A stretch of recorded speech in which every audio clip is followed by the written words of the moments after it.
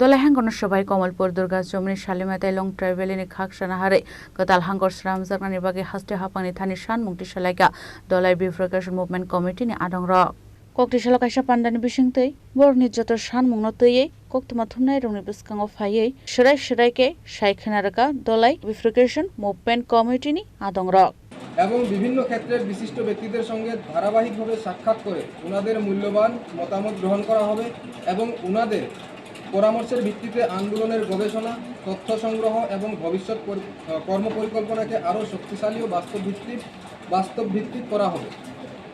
এই সমগ্র কার্যক্রম বাস্তবায়নের জন্য একটি বিশেষ সমন্বয় কমিটি গঠন করা হয়েছে যা নির্ধারিত সময়ের মধ্যে সব কর্মসূচি সম্পন্ন করবে। ধলাই বিভক্তি আন্দোলন দৃঢ়ভাবে বিশ্বাস করে যে বর্তমান সরকার জনগণের উন্নয়ন সুশাসন এবং প্রশাসনিক দক্ষতা বৃদ্ধিতে সর্বোচ্চ গুরুত্ব দিয়ে কাজ করছে। আমরা আশাবাদী যে ধলাই জেলার মানুষ দীর্ঘদিনের এই দাবি সরকার ইতিবাচক তথ্যভিত্তিক এবং জনস্বার্থের দৃষ্টিকোণ থেকে বিবেচনা করবেন। আমাদের বিশ্বাস প্রশাসনিক পুনর্গঠন কোনো বিভাজনের প্রতীক নয়, বরং এটি উন্নয়নকে বিকেন্দ্রীভূত করে সাধারণ মানুষের কাছে সরকারি পরিষেবা আরও সহজলভ্য করার একটি কার্যকর উপায় হতে পারে। দেশের বিভিন্ন সময়ে প্রশাসনিক সুবিধার স্বার্থে নতুন জেলা গঠন হয়েছে এবং ভবিষ্যতেও জনগণের স্বার্থকে অগ্রাধিকার দিয়ে এ ধরনের বিষয় বিবেচিত হতে পারে এই আশা আমরা রাখি।